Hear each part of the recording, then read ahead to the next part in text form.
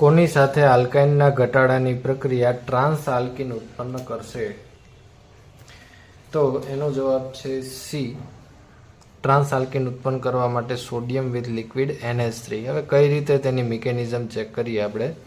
તો આલ્કાઇન તરીકે હું 2 બ્યુટાઇન લઉં છું અહીંયા, CH3 C triple bond C CH3 plus એની પ્રક્રિયા જ્યારે સોડિયમ સાથે કરવામાં આવે છે ત્યારે સોડિયમ પોતાનો એક ઇલેક્ટ્રોન છે એ આ કાર્બન પર ગુમાવે છે.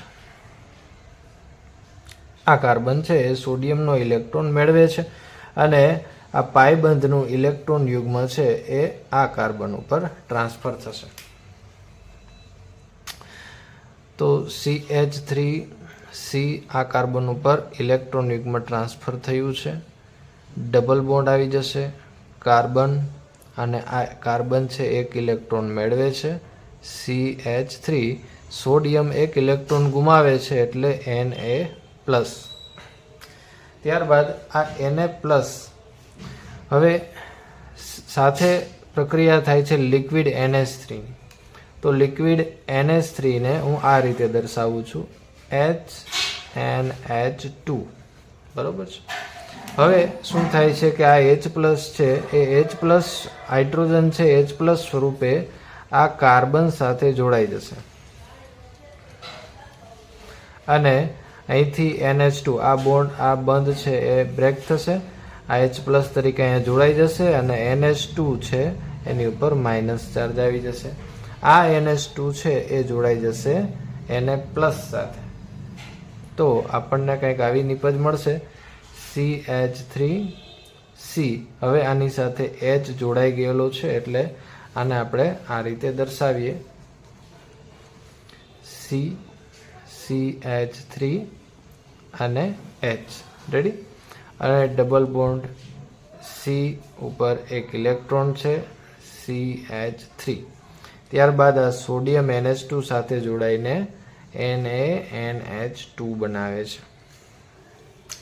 ત્યારબાદ હવે શું થાય છે, ફરીથી એક સોડિયમ છે એ આ કાર્બનને પોતાનો ઇલેક્ટ્રોન ડોનેટ કરશે, આ કાર્બનને પોતાનો ઇલેક્ટ્રોન ડોનેટ કરશે અને આ કાર્બન ઉપર એક ઇલેક્ટ્રોન તો હતો જ પણ હવે બીજો ઇલેક્ટ્રોન આવી જવાથી એક ઇલેક્ટ્રોન યુગ્મ બની જાય છે, CH3CH ડબલ બોન્ડ C ઉપર ઇલેક્ટ્રોન યુગ્મ, ત્યારબાદ CH3. હવે શું થાય છે તો કે ફરી પાછું લિક્વિડ NH3 સાથે આની પ્રક્રિયા થશે અને હું આ રીતે દર્શાવું છું, HNH2. ફરી પાછું આ બોન્ડ બ્રેક થાય છે અને આ ઇલેક્ટ્રોન યુગ્મ આવી જાય છે નાઇટ્રોજન ઉપર, H+ તરીકે આ જોડાઈ જાય છે આ કાર્બન સાથે. તો ફરી પાછું CH3CH ડબલ બોન્ડ C અને આ H અહીંયા જોડાઈ જાય છે આ રીતે અને CH3 આ રીતે જોડી દઈએ. તો જ્યારે આપણે લિક્વિડ NH3 સાથે પ્રક્રિયા કરીએ છીએ ત્યારે આપણને આલ્કાઇનમાંથી ટ્રાન્સ પ્રકારનું આલ્કીન મળે છે, ટ્રાન્સ આલ્કીન.